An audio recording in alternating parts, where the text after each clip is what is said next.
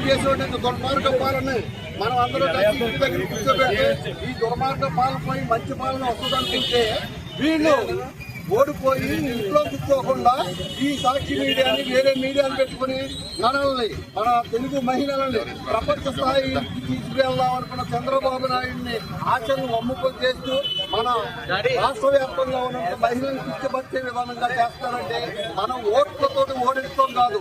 ఈ సైకోలు ఈ భూమి మీద నుంచి పోయే వరకు కూడా భవిష్యత్తులో మనం పోరాడవలసి వస్తుంది.